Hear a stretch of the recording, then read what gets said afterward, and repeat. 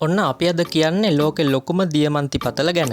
මේක තමයි රුසියාවේ මීර් පතල නැත්තම් මිර්නි පතල. නැගෙනහිර රුසියාවේ සයිබීරියානු කලාපේ සාකා ජනරජයේ මිර්නි ප්‍රදේශයේ පිහිටලා තියෙන මේ පතල විවෘත දියමන්ති පතලක්. සෝවියට් සංගමයේ මුල්ම සංවර්ධිත දියමන්ති පතල වුණ මේක පටන් ගත්තේ 1957 දී. මේ මීර් දියමන්ති පතලේ ගැඹුර මීටර් 525ක්. විශ්කම්භය කිලෝමීටර් 1.2ක්. ඉතින් මේක ගැඹුර අතින් බැලුවම ලෝකෙ 4 වැනි ගැඹුරුම වල විදිහටත් ඉතිහාසගත වෙනවා. 1957 ඉඳන් 2001 වෙනකම් මේ පතල ක්‍රියාත්මක වුණේ විවෘත පතලක් විදිහට. ඒ කියන්නේ වලක් විදිහට. ඒකෙන් ලැබුණ ලොකුම දියමන්තිය තමයි 1980 දී හමු වුණ කැරට් 342.6ක දියමන්තිය. 2001 දී මේ පතලේ වැඩ නවතිනවා. ඒත් 2009 දී භූගත පතලක් විදිහට මේක ආයෙත් පටන් ගන්නවා. ඒ කියන්නේ දෝනාවක් විදිහට ඇතුළට. ඒකෙදි තමයි මේ පතලෙන් ලැබුණ ලොකුම දියමන්තිය හමු වෙන්නේ.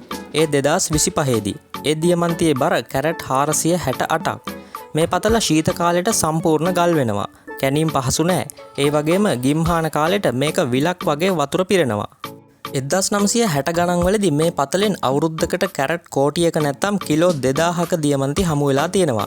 1990 ගණන් වලදී පතල සම්පූර්ණයෙන්ම වතුරෙන් යට වෙලා කැණීම් වලට කාලයක්ම බාධා ඇති වුණා.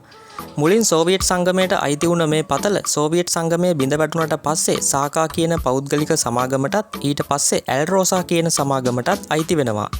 අවසාන කාලේ මේ පතලේ සේවකයන් 3600ක් වැඩ කරලා තියෙනවා.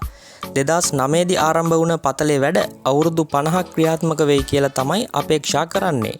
2017 දී මේ පතල ජලයෙන් යට වෙලා කම්කරුවන් 140ක් ඇතුළේ හිර වෙලා තියෙනවා. එයින් 8 දෙනෙකු හැර අනිත් සියලුම දෙනාව බේර ගන්නවා.